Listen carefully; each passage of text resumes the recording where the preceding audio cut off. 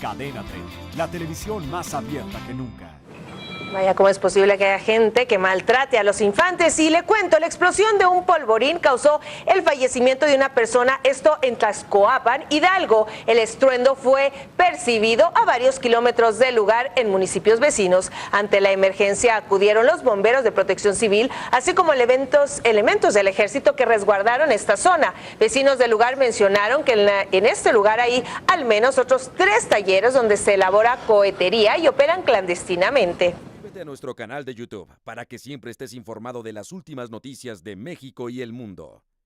Empieza ahora mismo dándole clic a estos videos.